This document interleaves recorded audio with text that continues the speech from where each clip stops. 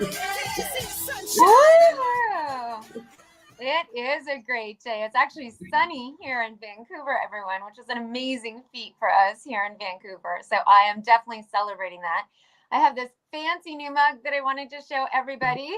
Oh, I don't know if you can see from my son for Mother's Day. It's more of a beer mug, but it's my official green tea mug, and I'm just over the moon to have that with me today. I am recording live from my cell phone today because, gosh, technology issues and connection and life calls for us to adapt. So I do hope this runs smoothly. I've never done this from my cell phone before. So please, please, please bear with me. Boy, do we have a show for you today. Firstly, I'm going to introduce you to the amazing Alex in a second, but do you know that Alex is this incredible warrior? She has been through so much, and the show today really serves to celebrate that. But I want to say firsthand, the show is not for the faint heart. There's a lot of truth that will be coming out, and perhaps not for young listeners. Our show really serves to open up the conversation about hardship and about hard days so that we can all feel more empowered and more connected and change that sense of isolation and loneliness and the lack of power that we can all feel in these moments. Our show is all about sharing tools of resilience and fortitude and how to stay the course in the face of adversity. What tools worked for others to really help them overcome and even thrive through it. And Alex is just a shining example of what our show serves to propel to the world. She is just absolutely exemplary. I had the best conversation with her last week, and I can't wait to bring you Alex. Alex, welcome to the show. Hi. With us today. Hello. I'm really Thank you for having me. Here. My pleasure and my sincere honor. And Alex is joining us today from Suffolk, United Kingdom. So I've practiced saying that a few times. I find it so very sophisticated. I love this. You know, risers and thrivers, I'm so happy to have you here. I want to share with you. I had just asked Alex to share her story, you know, in an email, just so I had a bit of a summary. But it was so powerful what she shared that I would like to share it with you, word for word, directly, as she shared. So please bear with me. Life hasn't always been kind to me. I was abused as a child. I never thought it was sexual, just physical abuse. But the more I speak about my experience, the more I wonder otherwise. I will never know what was going through his head when he pinned me to a bed and hit me with a whisk, or dressed up in a boiler suit and gas mask and then came into my bedroom that evening. My mom turned a blind eye, but protected my brother from him. She still to this day claims she didn't know. I was in an emotionally abusive relationship for 11 years. I was desperate to feel loved, that I held on to something that could have damaged me and my children forever. Instead, I made the most scary and bravest decision I ever made. I left. In October of 2021, after suffering panic attacks constantly for days, not sleeping for 3 years, a partner with health issues, and so many more things going on, I just wanted to die. I tried suicide. I made sure that all my children were out of the house, and I took an overdose. I could not do another day, waking up feeling the way I did, pretending that I was okay, getting up every day and being a mom. I hated it, and all I wanted was for the pain to stop. I felt worthless. I felt too much emotion that I didn't want to feel. I couldn't think properly, speak properly, see properly. We constantly hear that people who commit suicide are selfish, but that is far from the truth. The truth is that they feel selfish for being here. Luckily, I wasn't on my own. An ambulance was called and I was taken to the emergency. I was taken to the crisis team who couldn't find a bed. I kept telling them, it's fine, I'll go home. I'm fine, knowing full well if I went home, I would do it all over again, only making sure this time I succeeded. They did find a bed, and that's when I was admitted to a psychiatric ward This is where my journey really began, and one that still hasn't ended. I'm grateful that I get to wake up every day and watch my children grow, but there are still days that I feel like repeating those actions all over again. Mental health isn't a choice. It's part of you. Alex. And that's really just so, pardon me? That's hard to hearing back. It's powerful, Alex. And, Alex in here, the reason I wanted to read it verbatim is she really talks about those hard emotions that we can all feel, of being ashamed, of feeling worthless, of feeling like it is selfish to continue to live.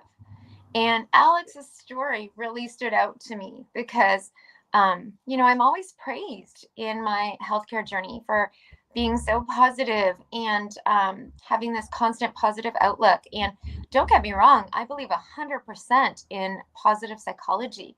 But the first step in allowing ourselves to be our truly most genuine positive self is allowing our space, ourself, the safe space, to be really real about the hardships that we're experiencing. And I know personally, after the crazy survival story that I've endured, waiting for my double lung transplant, gosh, that was brutal. I fell to 80 pounds. I was on full-time oxygen. I had lost the vision in my eyes. I couldn't see. I couldn't watch a movie. I couldn't read a book to take my mind off things. I couldn't drive. I had lost my independence. My only chance of survival was to receive this gift of new lungs, for which was impossible to come to grapple with. And I too felt these same feelings that Alex describes here. I felt like I was a burden to those that I love most in this world. Worse yet, I was even told I was a burden. It can be brutally, brutally hard to stay the course. And Alex's words are so powerful, and they are not words that are just alone to her. There are so many people that walk around, that we would never know Alex's story if we bumped into her at the grocery store. You would never know my story if you bumped into me at the grocery store. This world needs to have more compassion and empathy for everyone all around us. And Alex's powerful words really enforce that as well. But yes, your story really stood out to me for lots of reasons. Alex, please take me back to that time when you were a child. Where do I start? My first memory, I was 4, and that's when the boiler suit and the gas mask came alight. And then I've got a big blank. There's still a lot. I'm in counselling at the moment, and there's still a lot that I don't remember. Like emotions that I've suppressed, memories I've suppressed. I suppose is like a defense. It's easier not to relive them, not to think about them, because then I have to relive them. And that's too much to bear. Yeah, it has been. But I'm now realising that if I don't come to terms with it, deal with it, and put it to bed, then I'm never going to move forward as me. It'll still always be there. It'll always be a part of me, and I don't want it to be a part of me anymore. That's powerful. And there's something called, Dr. Gabor Mate coined this term, the wisdom of trauma. Alex talks a lot about suppressing those emotions and those memories that came with that, because it is too much to bear. The wisdom of trauma that our brain almost automatically does serves to protect us, right? Because if Alex allows herself to the space to go there, that just might be too much for her to bear at that time.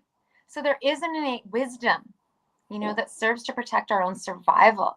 But that wisdom really only helps in the short term, in the autopilot mode. When we establish that on a chronic long-term basis and we continue that suppression, that's when we develop these other survival mechanisms of emotional avoidance strategies.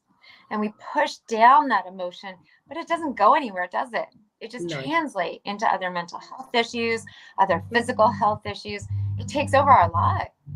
Oh, and it so does. at some Definitely. point, Alex is Alex is completely right. Like, she's just bang on the bullet that, you know, at some time we just have to come to terms that we can't keep suppressing those hard emotions. You know, there's this, when I talked about positive psychology at the beginning of the show, there's this fierce societal pressure to always be positive, right? No matter what comes our way. And I've been there. Like, I've been on autopilot when I was diagnosed with cancer, right? Entertaining 60 people coming to my hospital room every day. You know, what can I get you from my water fountain? You know, ice or no ice, like not letting any of it sink in. And you bet I had to do that for the first few days to absorb it, to learn that steep learning curve. But that does not serve us for long term. And we need to create the space that Alex has done within our own selves and getting assistance, right, from the appropriate resources to create that space to allow ourselves the space to feel it. So that's powerful. Okay, so from what you remember though, Alex, you were 4, you remember him coming into your room dressed oddly in this gas mask and boiler suit as you described.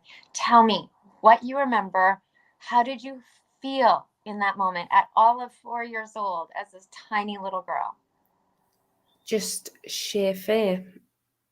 Just Fear. there was no introduction of who he was, or it was just very much open my door. I can remember clear as day, I had gingham wallpaper, pink gingham wallpaper, and just opened the door, and that noise of that breath of that gas mask, and just walked in. And I can just remember that fear in the bottom of that pit of your stomach, that almost wants to make you be sick fear. And that is one. Who did you one tell memory I about it find. then, Alex? Pardon? Who did you tell about it then? No one. No one. And why? I had a mother who was very wrapped up in herself and him. I've always very much felt like I've never been heard. My voice never mattered. Mm-hmm. So did you feel ashamed for what he did you feel ashamed for those awkward moments at all? No, I think when I was younger, I think the hardest part was that I didn't know any different. It was just my normal. But did you my know it was normal, wrong? not when I was that young, no. Okay. Not when I was, It just gave you this feeling in your stomach. Tell us more about those moments and how those moments progressed throughout your childhood. The next memory I do have is the one when I was about 8, and it's been pinned down to a bed and hit with a whisk. And I can remember not even screaming, not calling out, just thinking, if I stay silent, it will stop. Wow. And did you talk to anybody after that? No. No. Looking back, Alex, looking back on that now, how much of a difference would it have made on your trajectory had you been able to talk openly with someone, with an adult figure, with someone you loved about that? How much of a difference would that have made in terms of your adulthood and where all this has unfolded and where it's led you to? Honestly, I don't think much. The people I had around me at the time, I don't think would have listened. Not truly. Even now, when I speak about what happened, and it's taken me, 31, 32 years, I still get people doubt me, and if what I'm saying is true, and question it, but that doesn't matter. It's my truth. That's what it all comes down to. It's no one else's truth. It's my truth, and that is what happened. So at the time, I don't think it would have made a difference, because it still doesn't make much of a difference now. Okay, so let me rephrase this question. Let's say, because you're a mom, let's say your daughter had experienced similar memories or similar experiences at 4 and 8, what would you want for your daughter? Would you want for her to have somebody to go and reach out to? Oh, definitely. What would you do to your daughter if, how would you have loved her in that situation had she gone through that? How would you have cared for her if she opened up about that to you? I would listen. That is the main thing. If someone tells you something, you need to listen. And then, oh yeah, it would. I couldn't imagine if my daughter came to me and told me what had happened to me had happened to her. The pain it would make me feel, the shame, that's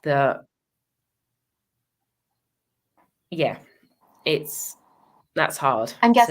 I'm guessing you would give her a really big hug. No, I'd do more than that. You'd want to hug them, or you want to hug and protect your children. Yeah, but that's everything that you would have wanted as a child and you deserved, right? In that moment. And so looking back on part of your healing, part of that would be to create that safe space to, give that love and those hugs to that child of Alex, that she never did receive, right? But let's talk on about how did that progress into your teen years?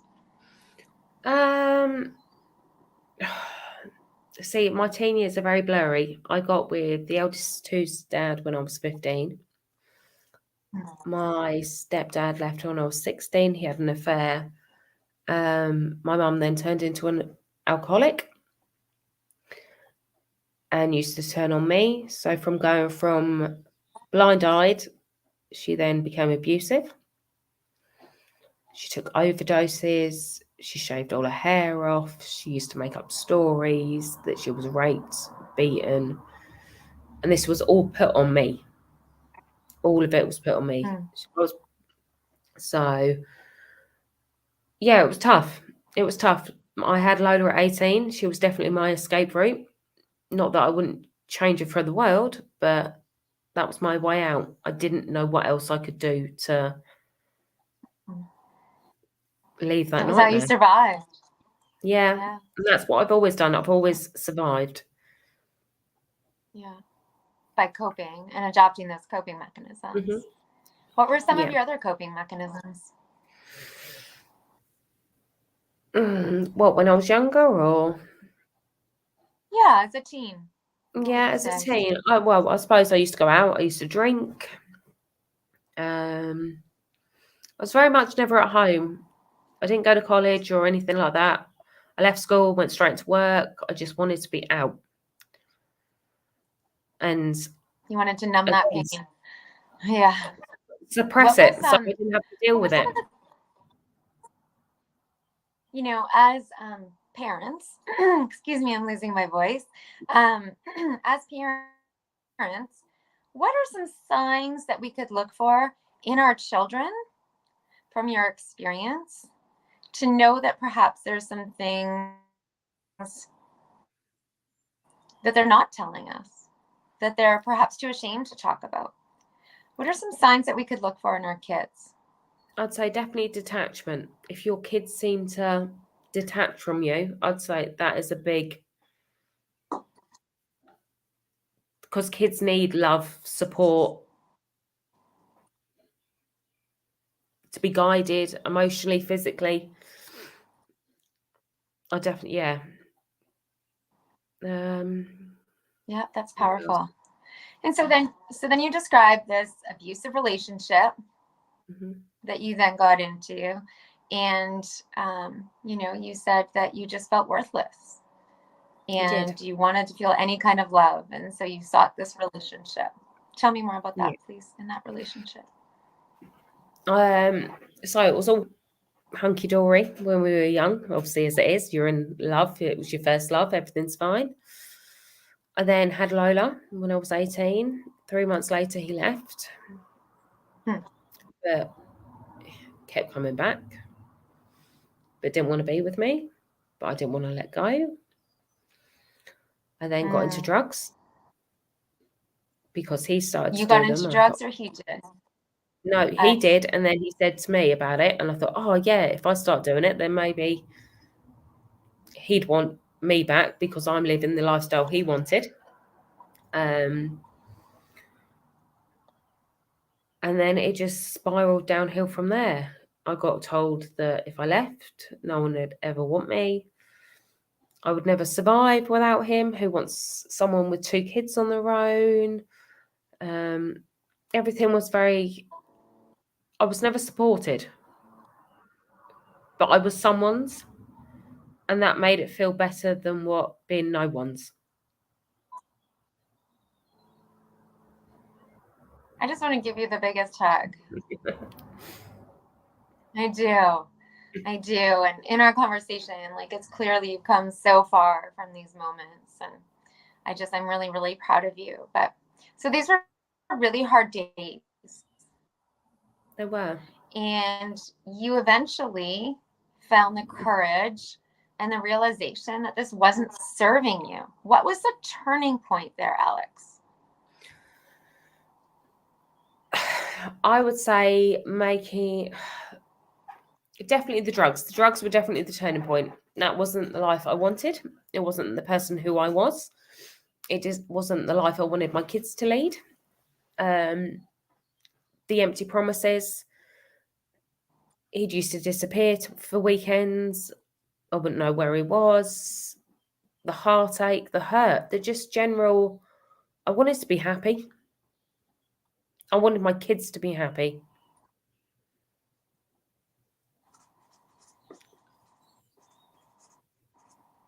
Was there one day, Alex, that you just woke up and said, no more? Tell me about that day. Oh, that day? I can remember. Yeah, I do remember that day. I got up. I went to work. I was a mess because I don't think I'd been to bed for like 2 days. Yeah, and I can just remember being with my co-worker. I was like, I can't do this anymore. I can't, like that. I did. Do you know what? If I had carried on the way I was going, I would have ended up dead. That's the sheer truth in it. And it just became as clear as day. And you found the courage to leave and seemingly, from what I can hear, for the first time, really make a stand for Alex and really stand up for Alex. And that's a powerful step. There was no, oh, I promised the world. How did that if feel? You come home. How did that feel? That felt good. It was hard. Don't get me wrong. It was the hardest thing I've ever done because that's all I'd known since I was 15. That was I wanted that perfect little family. I never had that perfect little family. I didn't want anything else. But you can't, being with someone who's like that is more damaging in the long run than I thought being on my own with the kids. 100%. Yeah. It's better to be alone than to be with someone who makes us feel alone or who puts us in those situations. Yes, and I can't agree more. always... But you're right. Just like you phrased it in your beautiful letter to me, but that took so much courage to do so. And I really admire you for that. Are there some tools that you could share to our listeners who might be in that situation that you were in then? They know that their environment is not serving them, but they don't have that courage to make that leap. Is there anything you could share with them? No one has control over you. You are your own person, and there is always a way out.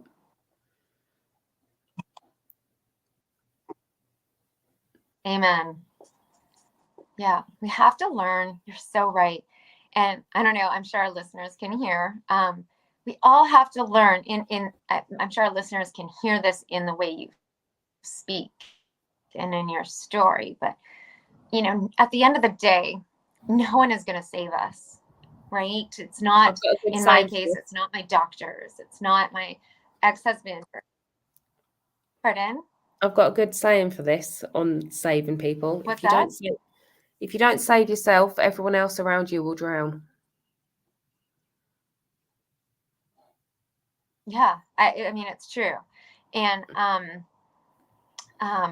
you know, like in my case, I think, and people with cancer, people with health issues, right? We're so trusting on the doctors to fix us. And I'm not downplaying the medical care and the medical system. They're all part of our team, right? But that's it. There are people on our team, and we are the only ones that can affect change in our own circumstance. We all have to learn to become the hero in our own story. And I think this is really powerful listening to you speak as you're tucked away in your garage for privacy reasons. I just think it's so powerful listening to you speak about this, because you can hear the progression. You can hear the progression of how you have started, even in the bits that you're at right now, started to take back your power to become the hero in your own story. And that's so clear by your final decision to leave that relationship that was no longer serving you, or that hadn't been serving you in that whole time. But the courage and that defining moment was your first step in really that powerful shift of taking back your own power and getting you to where you are today. And yes, it came out of protecting your children, but it also came out of just taking back that beautiful voice of yours that was, silenced for so long. And that's such a powerful moment. And I just really want to celebrate that with you, because I'm just so proud of you. It takes so much courage. So Thank you. I'm really standing off. And so then you describe, since, really struggling about moments of PTSD, and you describe BPD and depression and subsequent suicide attempts. And, let's really look at that and let's talk about that. Let's open up this conversation about the mental health impact that all of this has created.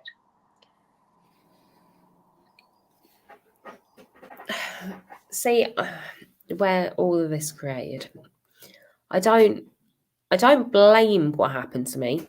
Also, I don't blame what happened to me for the way I've turned out now, but I do think it's definitely impacted. Definitely. And I just got to a point where I couldn't wake up. It's almost like I woke up every day and I couldn't breathe. I put on this face, and like I said, being a mum, I love being a mum. I love my children, but I hated it. At that point, I hated it. I couldn't. It was hard enough getting out of bed, let alone making someone breakfast or being mum, I need this, or it almost hurts. Like it was very much like I was suffocating.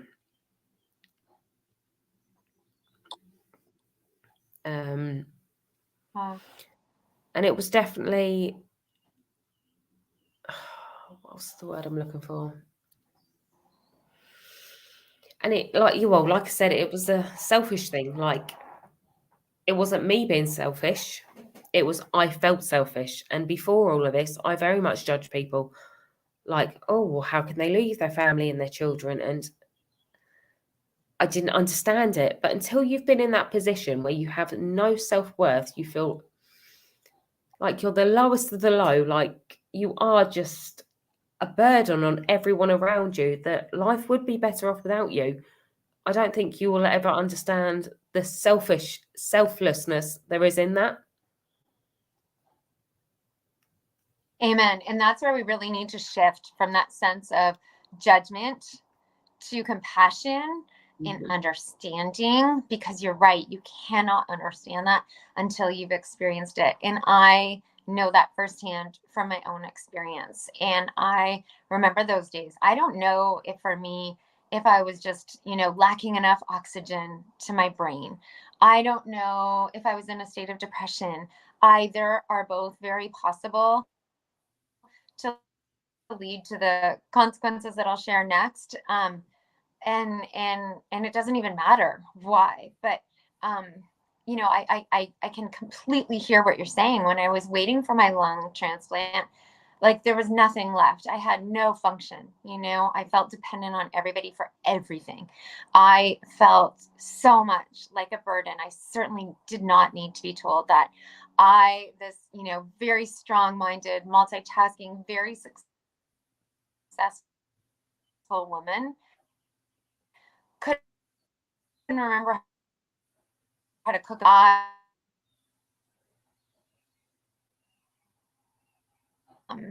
was lost. I was confused all the time. I could not think of conversations to hold with people around me. I felt like I had nothing to say that was of any value whatsoever. I had always connected with my kids through, nature and sports ventures and playing soccer in the backyard. I couldn't do any of that. And so I was, drawing stick figures, trying to connect through art, for which I am not an artist, but there's only so many stick people you can draw, and there's only so many bubbly sunshines and happy faces that you can draw. And I felt so incredibly worthless. Worse yet, I would look at my beautiful children, who I adore more than life itself, to be honest, and I didn't feel that sense of passion or connection. And then I imposed more self-judgment on myself. Why am I not feeling this? And at that time I was like, okay, maybe I will get a double lung transplant, and maybe that'll fix my lungs, but will I ever come back? Will the me that I know to be true in here, will that ever come back?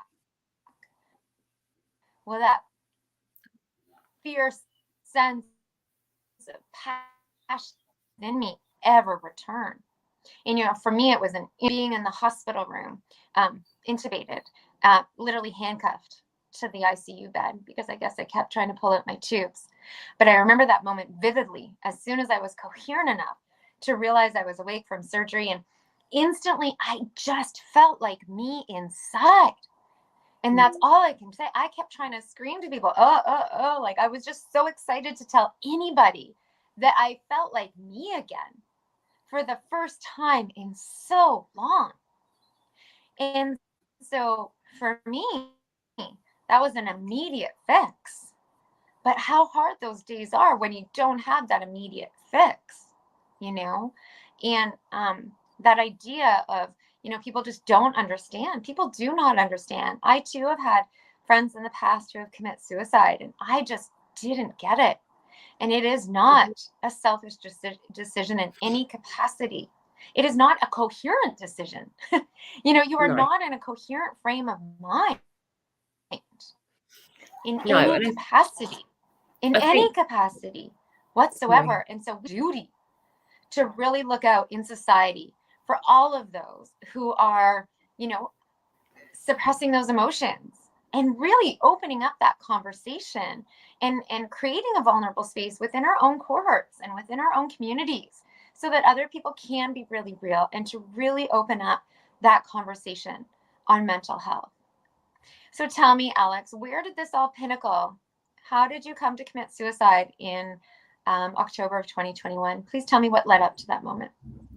Well, so my partner had a breakdown in the April. We're in lockdown, a pandemic. I was trying to think where Barney was. I'd had 2 babies in the space of 18 months. Gary had just lost his business. Everything, honestly, that you could throw at us in that year and a half got thrown at us. I had 2 little ones with reflux, allergies. I didn't sleep for 3 years. I just got to a point I was so emotionally and physically exhausted. I couldn't stand the thought of waking up and another day. And I look back at that now and I think, did I actually want to die, or did I just want to just rest? But I don't know if I did want to wake up. It's a really weird feeling, but I just wanted it to stop. I didn't want to feel. Well, that makes sense. That makes sense. I mean, depression itself, the word itself is, deep rest, and we really need these deep rests when our body has gone through so much trauma that we never really allow ourselves the space to do. So that is a fair point. Yeah, I didn't breathe. I never gave myself time to breathe. So in October of 2021, tell me what you did. I took an overdose. I made sure all my children were at the house at the time, though. And my mum was actually with me at the time. And I just went downstairs, took a load of tablets. I was like, I don't want to be here anymore. I really don't. There was nothing worth, even though my kids are obviously worth living for, but in my eyes, there was nothing worth living for because I wasn't doing them any favors. I wasn't making them feel worthy or being the mum I should be or supporting them in the things I should or being the wife to Gary that I needed to be, being the friend that I needed to be. I very much shut myself off. So in my eyes, it was like, what is the point of me waking up another day and just existing? That's all I did. I spent my life for a long, long time existing. I never lived.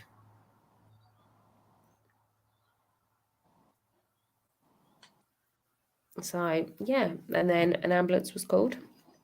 My mum called an ambulance. Look at this. I want to pause for a sec because look at this self-judgment that Alex just so openly shared with all of us, right?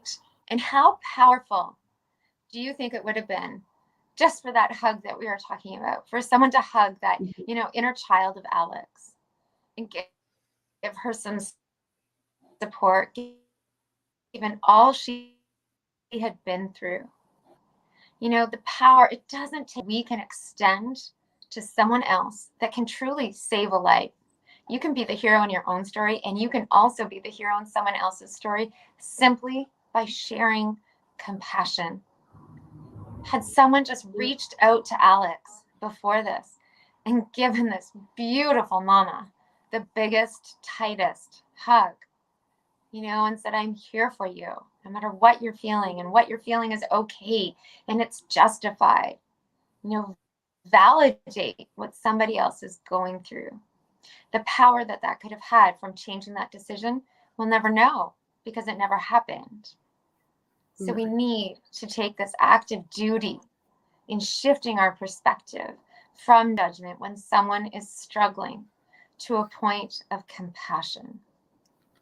And you are here with us now through Feet of Feats, and you embarked on your healing journey, Alex.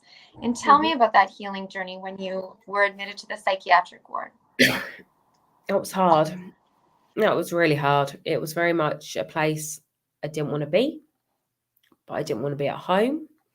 I would say I was very much in limbo the whole time. It was hard. I didn't want to go home and be responsible for my children. I didn't want to be a wife, but I didn't want to be there and try and get better. I don't know what, I felt very numb, shall we say. I don't know what I needed. I can remember walking around and saying to the girls on the ward, it was like, I just want medication. I don't want to feel. I just want them to knock me out. I don't want to process anything. I don't want to have to deal with anything. I just put me to sleep for 2 weeks and I'll wake up and I'll be fine. Because that is the easy way out. Not dealing with your emotions. It's very easy just to go, yeah, I'm all right.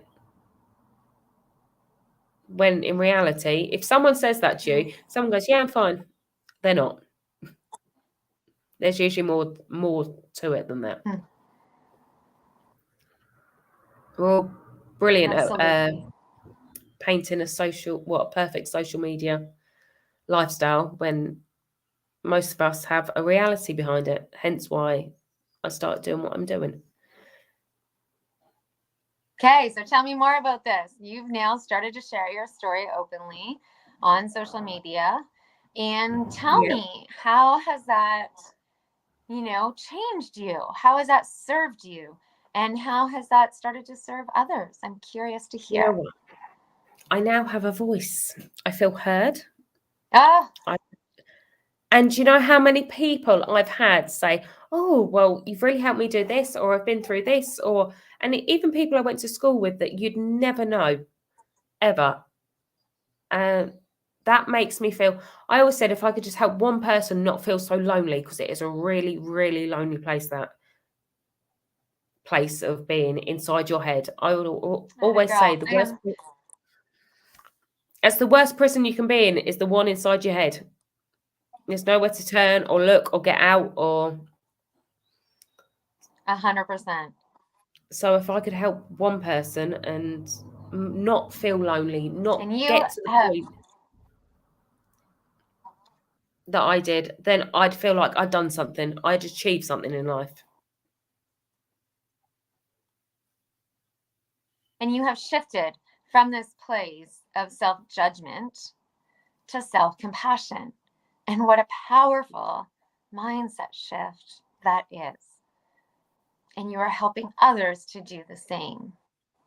You have become the hero in your own story. And you still acknowledge, you struggle, right? But we all do. There's no end point.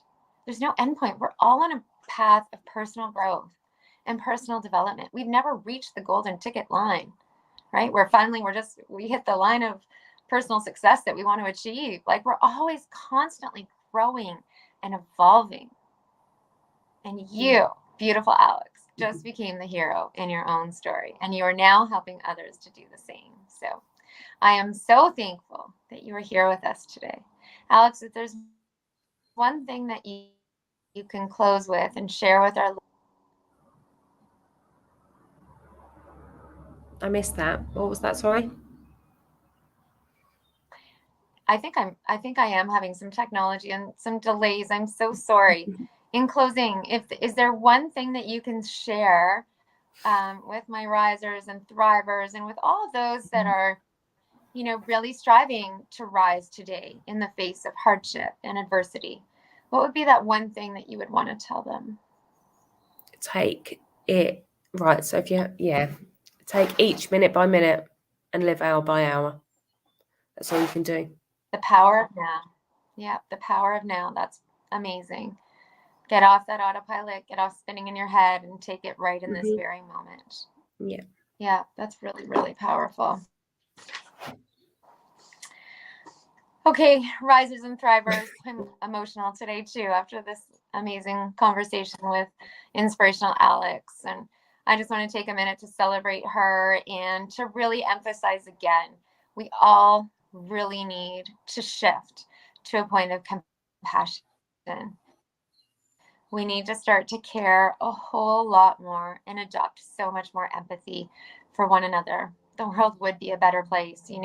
Make it your legacy. If tomorrow doesn't come, as I always say, none of us know what tomorrow has in store. How do you leave other people feeling, right? People don't remember what we say or what we do. People remember how they left us feeling. Alex, and even in an abusive relationship. She started to talk about it. She's opened up that conversation. She's no longer suppressing that emotion. She's taken back her power. I hope this show inspires you to do the same. I hope you've been inspired by Alex just as much as I've been. Thank you, risers and thrivers. All the best. Make it a great day. Rise today, my friends. We'll see you on the next show. Bye. Thanks again, Alex. Bye. Thanks for being here. Bye. Thank you. Bye.